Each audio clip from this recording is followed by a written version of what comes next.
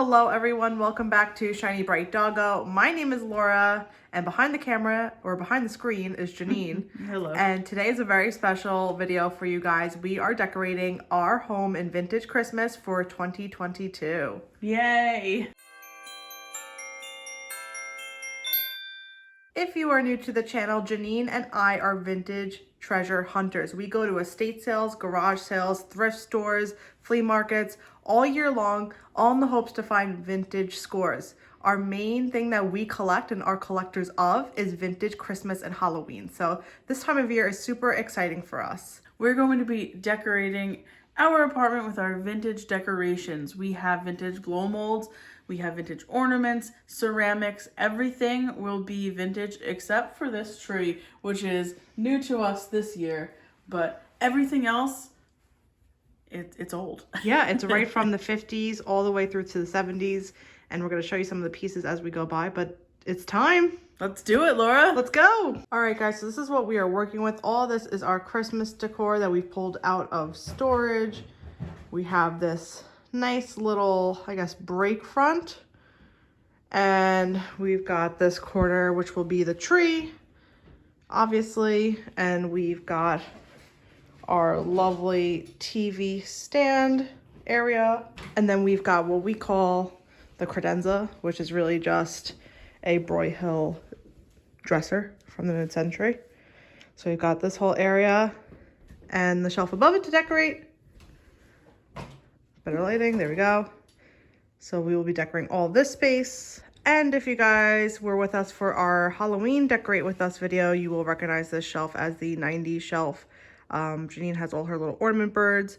But this year we will obviously decorate it for something new and different for Christmas. Also in past years have decorated with an aluminum pom-pom Christmas tree from the mid-century. And this year Janine found a brand new one at an estate sale.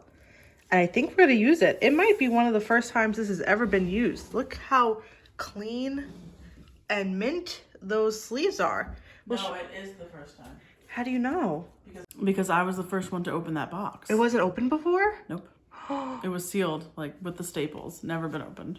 We are going to be the first people to ever use this vintage aluminum Christmas tree, which is so exciting. We'll show you guys how to set up an aluminum Christmas tree because there is a right and a wrong way, believe it or not. These are so special, and how lucky and excited are we to be able to use it? So these instructions, I don't know, it just made me like really realize that and put in perspective, I guess, that we are the first ones using this tree, and it's crazy and really amazing. If you don't know the story of how we found this, we went to an estate sale and there was a crawl space, and we were in the crawl space, and all of these things in the crawl space were like never used and from the mid-century. Janine is starting to pull out all the branches of this completely new aluminum tree, and you guys will notice on these branches is that they each have a sleeve, a paper sleeve. And if you ever come across an aluminum Christmas tree, you don't want to rip these off. This is what sort of protects and holds the different tinsel pieces in place. So when we open these, we'll slide them out of the little paper sleeves, and then for storage, they'll go back in these sleeves. So sometimes you'll find older trees where these have like deteriorated and fallen off, and that's fine. But if you can help and try to keep the sleeves, it helps to preserve the tree. Okay, so Laura did 99.9% of this, just not for me. How big it is. Putting it together is not for me, but Laura did a great job. Thank you. And now we get to do the really fun part of pulling off all these little paper sleeves and revealing the beauty of the tree. Whoa. Wow, so beautiful. So I'm going to do a couple more, Laura. Look at that. That's fun. Look at that. Oh my gosh, it's brand new. Look at that. It's so beautiful. It's just like glistening. So pretty. Look at that. It's really beautiful. You just can't pick it up on this camera, but this is like literally so bright silver. And look at those pom-poms. This is why it is called the pom-pom variety. It's because it has these little pom-pom ends at the end of each branch. Like a little poof.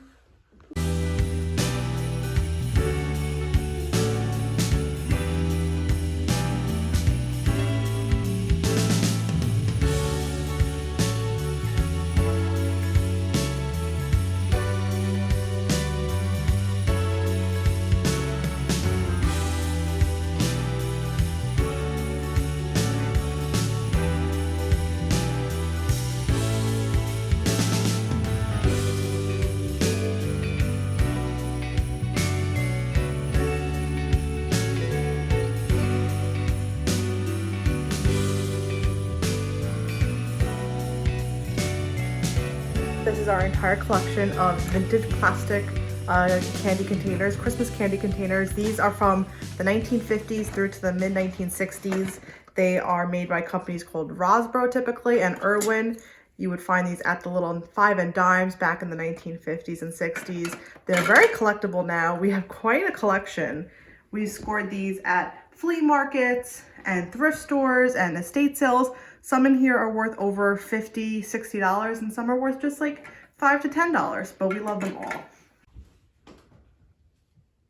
Guys, we almost have too much for the entire display. I just took them all out for the most part. Obviously, there are some on the floor, but we are going to rearrange, get the Rosbros, get the Santa set up. The names you want to look out for when you are finding these are Rosbro and Irwin. Rosbro will be the majority of the makers on these, some of the more common ones. For example, this is a more common Santa made by Rosbro, probably from the mid-50s through the mid-60s. Irwins are going to be a little harder to find, but you can spot them by their mark like that, and it says Irwin, made in USA. Some of the rarer ones we have are these Santa candy figures. They came in a set of 5 or so, I believe, this rainbow colored Santas, and they are super rare. They actually came in a box, and I'll put in a little picture here for you guys to see the original box with the original red Santa and then all his little rainbow Santas. This set can sell for hundreds of dollars. I got really lucky on an eBay score a few years ago, and we love them. Here's the green guy. I think this might be the full set. Red, yellow, green, blue, and purple. We absolutely love them. I would love to come across the original box one day, but I don't think that's gonna happen anytime soon.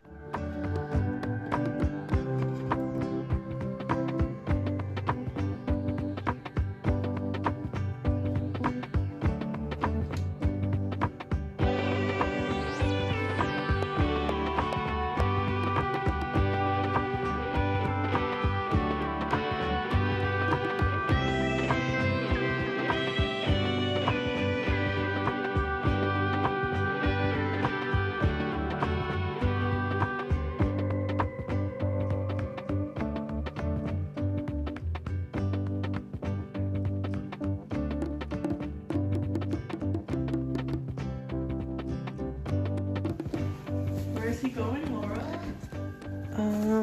I don't know. Somewhere over here, I think. Wow. One of the reasons why we got a green tree this year, in past years we've done only the aluminum Christmas tree, but those can't have lights on them because it will literally burn the tree and the house down. You can't put lights on an aluminum Christmas tree. That's why I have a color wheel. Anyway, we missed the lights on a green tree, and we also have a little, well, actually a pretty big collection of little flocked ornaments and things like this that we just thought would look so good on the green tree. We miss these. We don't decorate with them as much because it's sort of hard to put on display. But if you have them on the tree, you could display them easily. So we're gonna decorate this tree top to bottom with little flocked goodies and different ornaments. Some new, some old. All of them vintage. Oh, some of them new from Target. Yeah. You're right. But we're gonna show you guys. We have lots of little elves, and these were really popular during the mid-century. And I think they just bring a certain warmth and nostalgia to a Christmas display. That's why we do vintage. We love it. So we're gonna get decorating on the green tree.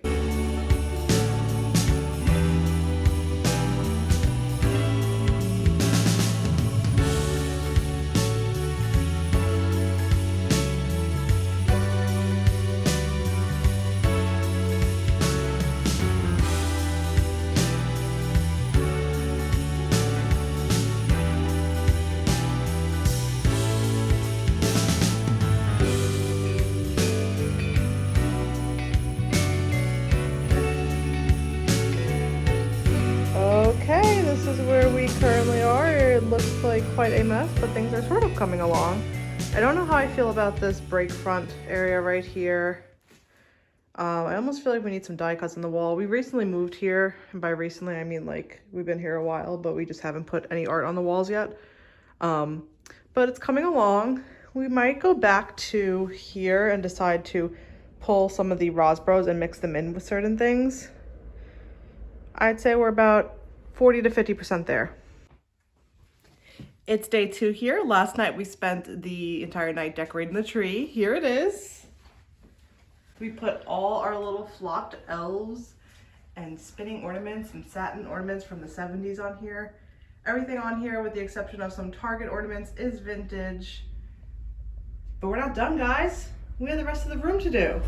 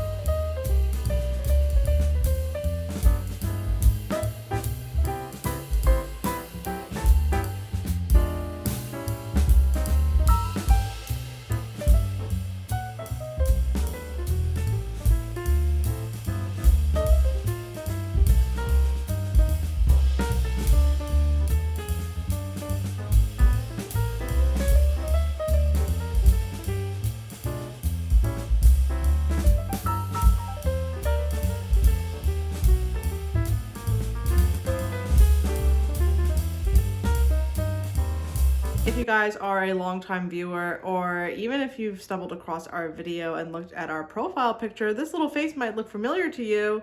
Our Shiny Bright Doggo profile picture or logo is a picture of this guy right here. I got him at an estate sale maybe, what, Janine, 3 years ago? 4, yeah. 3 or 4 years ago. He's like 18 inches tall. He's the biggest flocked dancing Santa I've ever seen. He is made in Japan. He is one of our most prized possessions. I paid, I think, $60 for him at the time, and I thought that was really expensive, but looking back, that was a score of a lifetime. Now, each year we take him out to display during Christmas, and I think I have the perfect spot for him.